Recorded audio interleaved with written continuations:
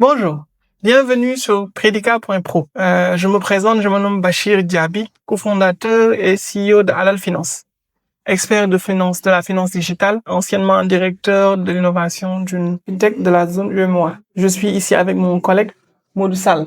Bonjour Modou. Bonjour Bachir. Je te laisse le soin de te présenter. Bonjour, je me nomme Modou Sall, je suis banquier avec 20 ans d'expérience dans les services financiers, dans la transformation digitale et dans le conseil. Je suis spécialiste de Islamic Banking et Islamic Capital Market. Donc actuellement, j'œuvre dans tout ce qui est le rapprochement entre la finance conventionnelle et la finance islamique, vraiment pour un financement de l'économie durable.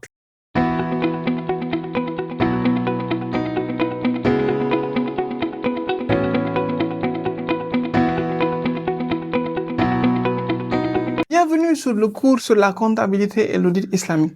Ce cours part du référentiel comptable, descend vers la pratique. Nous posons le cadre des phases de l'AAOFI. Nous verrons la comptabilisation concrète de la Murabaha, puis de l'Ijara. Nous verrons comment nous établissons des états financiers islamiques. Terminerons par la méthodologie de l'audit financier des institutions financières islamiques. Il s'agit d'un cours qui va s'intéresser à la comptabilité et à l'audit dans le cadre d'une institution financière islamique. L'objectif du cours ou les différents objectifs du cours sont les suivants. Le premier, c'est de permettre à l'apprenant de maîtriser le référentiel FAS, l'AAOFI, son articulation autour des différents modules qui sont l'IFRS, le PCB, le PCSFD en zone UEMOA. Donc nous prendrons donc l'un des objectifs du cours, c'est de prendre le référentiel de l'AAOFI, de voir son application dans le cadre de la zone UEMOA, avec le plan comptable bancaire, le plan comptable des microfinances, mais également le SISCOWADA. Ensuite, le cours permettra de voir comment est-ce qu'on comptabilise la Murabaha et l'Ijara dans les différents phases. Ensuite, nous verrons comment élaborer les états financiers islamiques avec la section IAH, les fonds de zakat. Exactement. Et enfin, nous verrons comment conduire un audit financier islamique d'une institution financière islamique. À la fois un audit financier, mais également un audit sharaïque. Exactement. Alors, Modou, ce cours va être décliné en plusieurs modules. Le premier module étant le référentiel comptable FAS de l'AAOFI. Déjà, c'est quoi le référentiel comptable FAS? C'est quoi l'AAOFI? Merci Bachir. L'AAOFI, c'est Auditing and Accounting Organization for Islamic Financial Institutions. En français, c'est Organisation internationale d'audit et de la comptabilité pour les institutions financières internationales. C'est comme ce que nous connaissons ici comme OWADA, machin, on peut dire ça. Donc, en particularité, c'est que c'est basé sur la jurisprudence islamique. Donc, ça respecte les principes de la charia. Et FAS, Financial Accounting Standards, trentaine de normes dans l'AAOFI qui constitue le référentiel comptable en finance islamique. Donc, dans ce module référentiel comptable, c'est ça que nous allons voir. Et comme tu l'as dit tout à l'heure, comment ces phases-là seront appliquées par les banques et les microfinances islamiques de la zone de manière concomitante avec les référentiels réglementaires que nous utilisons déjà. Donc, ça sera très intéressant pour les comptables de ces institutions-là pouvoir maîtriser quand même le volet nouveau et supplémentaire de la comptabilité AAOFI appliquée aux institutions financières islamiques. Ensuite, juste après ce module, l'apprenant passera au module 2, qui est le module pratique comptable de la Murabaha. Place aux écritures. Oui. Donc, ce module traite la reconnaissance initiale, l'achat, stockage et la revente. Concrètement, pourquoi est-ce que ce module est important? Pourquoi est-ce qu'on fait un point d'honneur à mettre en place un module que sur la Murabaha?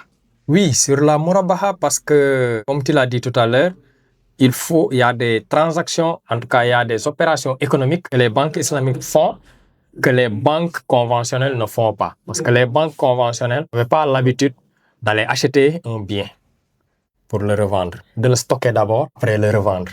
N'avaient pas la possibilité d'aller acheter un bien, de le garder en actif et de le louer comme Ijara. Donc pour le Murabaha aussi, c'est encore plus complexe parce que la marge dont on parle là, tu ne pourras pas l'encaisser intégralement et le premier jour.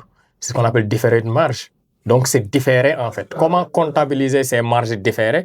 Parce que j'ai acheté ça à 100 000, j'ai mis 10 000, donc c'est 110 000, les 10 000 c'est ma marge. Quand est-ce que je vais comptabiliser cette marge? Comment je vais comptabiliser cette marge? Le bien que j'ai acheté avant de le revendre, comment je vais le comptabiliser dans mon bilan? Quand est-ce que je vais l'enlever de mon bilan? Et ainsi de suite, ainsi de suite. Donc, comptabilité Murabaha, c'est tellement important pour une banque islamique parce que ça fait partie de son activité ordinaire tous les jours, alors qu'une banque conventionnelle ne connaît pas l'achat de marchandises comme activité ordinaire.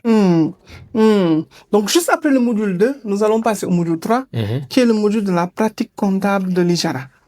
Donc, l'Ijara ensuite. Oui. Pourquoi après la Murabaha, on s'intéresse à l'Ijara? Oui, c'est le standard comptable numéro 32, Ijara, qui est très important parce qu'il y a deux types de Ijara. Ijara opérationnel ou l'Ijara financing, le financement. Est-ce que moi, banque, quand j'achète le bien, je le mets dans mon bilan parce que c'est du Ijara. Mais est-ce que c'est pour objectif de le garder ou bien de le vendre après, en fin de période? Tout ça, c'est important. Deuxièmement, les loyers, comment on va les comptabiliser? Que l'intégralité des loyers qui sera comptabilisée comme produit, ou bien il y a une partie qui amortit le bien et une autre partie qui constitue un profit pour moi. Toutes ces règles-là, c'est bien décrit en islam, le FAS 32, que nous allons voir dans ce module. Ensuite, après les trois premiers modules, nous passons au module 4, qui est l'élaboration des états financiers islamiques. Oui. On assemble les états.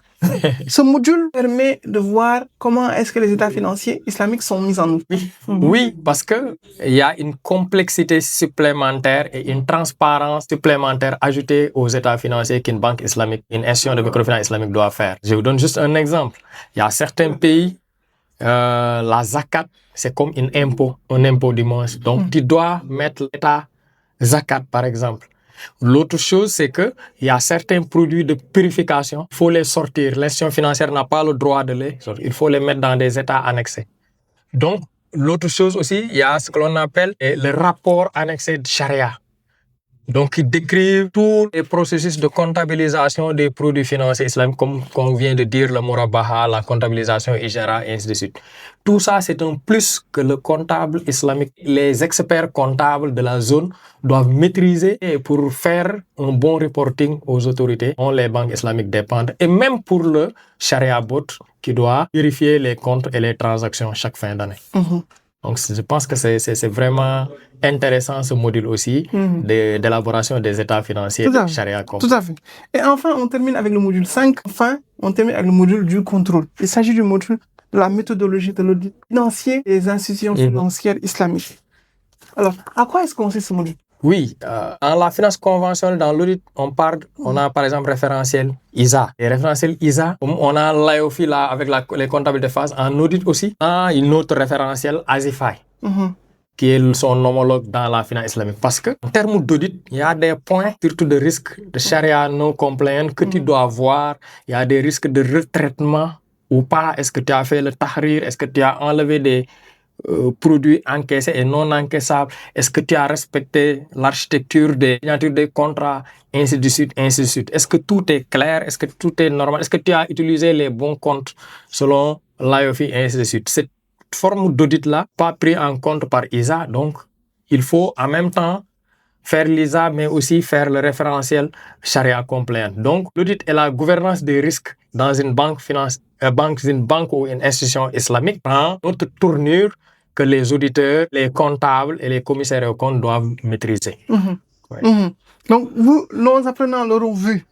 Ce cours offre une maîtrise complète de la comptabilité et de l'audit islamique. Exactement. De la logique de chaque montage jusqu'à sa mise en œuvre concrète dans une institution financière islamique. Effectivement. Bien entendu, chaque module est sanctionné par un quiz, un ensemble d'exercices, une évaluation.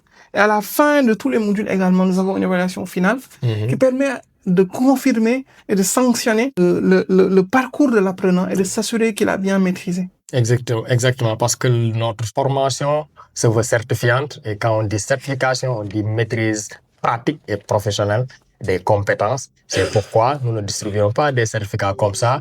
Nous promettons à nos apprenants une bonne maîtrise et une bonne compréhension pour être opérationnels dès Day One dans une institution financière islamique.